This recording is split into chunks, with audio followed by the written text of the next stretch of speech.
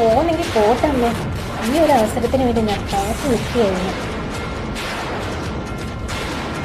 അത് കേട്ടിനെയാണ് എനിക്കിഷ്ടം. പക്ഷേ ഇനി ഇവിടുത്തെ ജോലിയൊക്കെ ആരെടുക്കും? അമ്മ എടുത്തു. നമുക്ക് അത്ര പ്രായമൊന്നും ആയില്ലല്ലോ. പഠിച്ചും ഒരു ആയാസം കിട്ടും.